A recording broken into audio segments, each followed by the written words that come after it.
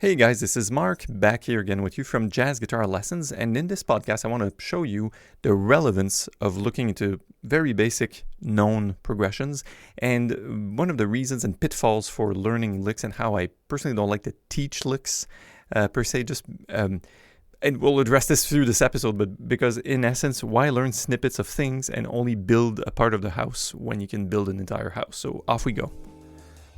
Welcome to Jazz Guitar Lessons, where we help guitarists learn jazz faster, express themselves more fluently, and have fun along the way. My name is Mark, and if you're looking to learn jazz, form better practice habits, and especially if you enjoy a French accent, make sure to subscribe.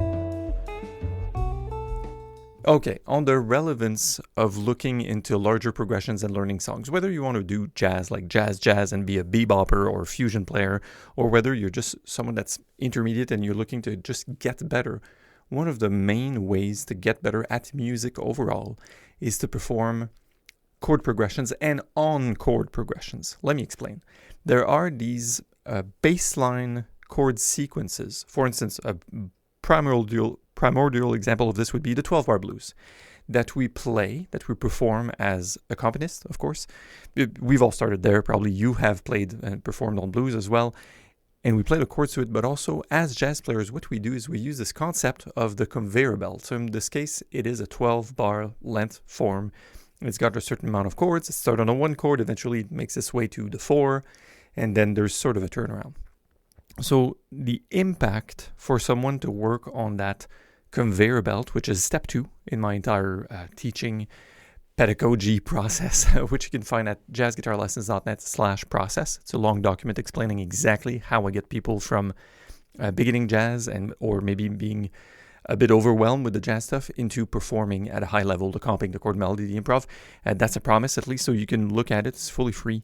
And you can also look at the Jazz Guitar Fellowship, where I teach and talk about this stuff. And the conveyor belt point is much deeper than people believe. Because let me run you through a story where typically player will try to grab bits and snippets of technique, which is fine for a certain degree, like learning a Bon Jovi song. Or as a kid, I was a fan of Pat Benatar. Hit me with your best shot. Yay! You learn the riff. You learn the riff that lasts between 5 and 10 seconds. You have the technique down and that riff repeats. Or maybe the second time over, the ending is different. And that's your work. You're done. And so long as you remember what section of the song comes after or before, and then you're set. And you just follow along sort of with the singer and you're all set. With jazz, we make this at the same time way simpler and also way deeper and more complex in certain ways, which would be we learn a form, say a 12-bar blues, and then we ensure that the conveyor belt of this form is so strong that to an extent I can accompany and play chords on top of it while someone else is soloing. And I can build a sort of pseudo chord melody on top of that as well. I can perform it while the chords pass by. So I'm still playing on the chord progression, hence my term, the conveyor belt, which is like a belt of conveyor that keeps coming back around and around and around. And I can also improvise. So one of the biggest pitfalls for people that I start to work with in coaching is that they will improvise. And let me know if it's your case, in the comments. You will get lost. You will start to play a few lines and everything's fine. You're playing your B-flat blues or whatever. And then whoops, then you get caught up. You raise your head back and you look at the chart or the band or the backing track like, whoa, I don't know where I'm at. So that's the relevance of performing on song forms, using songs first before learning a bunch of licks. So back to the story of learning the Bon Jovi or the Pat Benatar song. When people try to replicate that approach with jazz, they learn snippets and they try to plug and play snippets without an overview, broader awareness of the context. So the context is the form, it's the harmonies. So I think that's my spiel for today. It's pretty simple, guys, when you practice, just make sure that it's happening on a chord progression, a sequence of sorts. It could be 2 chords alternating, that's fine. But keeping my place in that form or of sequence of chords, knowing what the next one is, knowing which beat I'm on, which entails counting, counting out loud while I practice and perform, is what's going to make or break a jazz player. And that's sort of the title of the podcast, songs before licks. If I learn way more licks, so say you have certain licks for minor chords and you have the C minor 7 flat 5 lick and you have an altered chord dominant altered sharp 9 passage that you do in comping, assuming you would increase that encyclopedia of knowledge, like your own little notebook of chops. If you go 10x or 100x that number of chops, you will not get as good as if you master the form, the chord progression, the conveyor belt.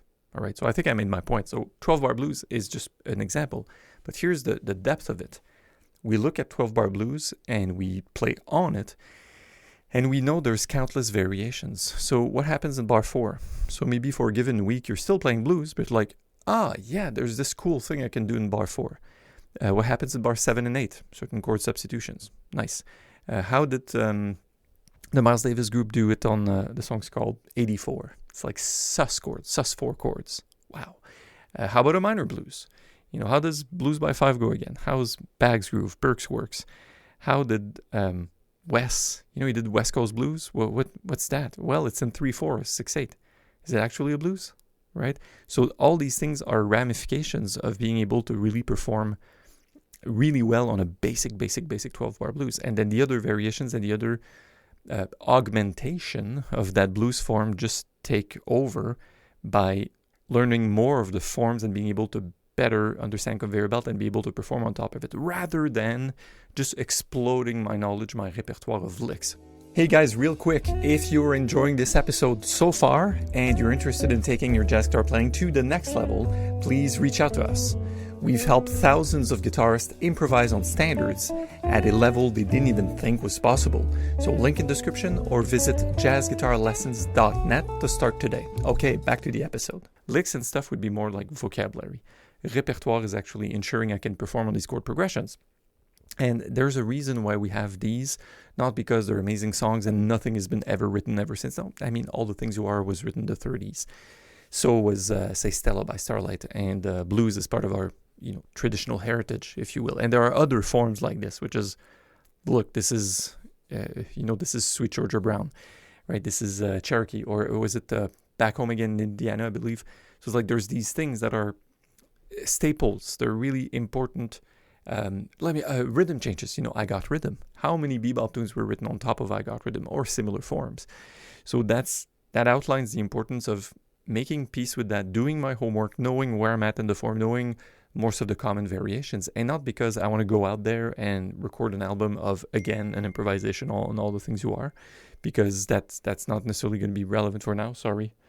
I typically don't have notifications, just receive the text. Now, so when I do that assignment and I know the chords, I know the progressions, I know the sequence, and I'm able to perform on top of it and think of little variations and maybe listen to the soloist and accompany a singer with these typical songs, it's not because I will want to record that song again and go, that's only what we're performing. We're jazz players, right? We gotta do the standards. Like, you have to do the standards as a laboratory, build a repertoire enough to understand what's going on.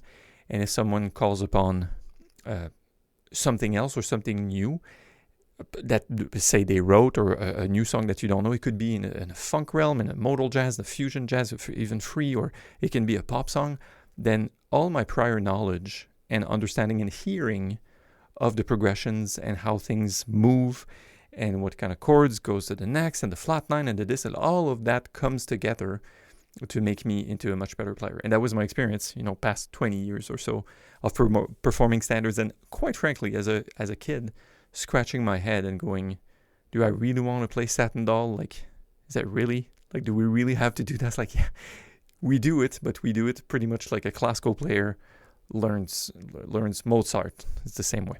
All right, so on that note, thanks for listening and watching. If you're watching this on YouTube or your podcast platform, please leave me a comment. Let me know if you enjoyed this, what kind of other questions you'd like me to tackle. Again, I'll see you on jazzguitarlessons.net, which is the blog. We have plenty of stuff about songs, more tunes, licks, chords, the whole process found at /process, and also join the free fellowship for a bunch of training, hanging out with me and thousands of students for free. All right, I'll see you there. Take care.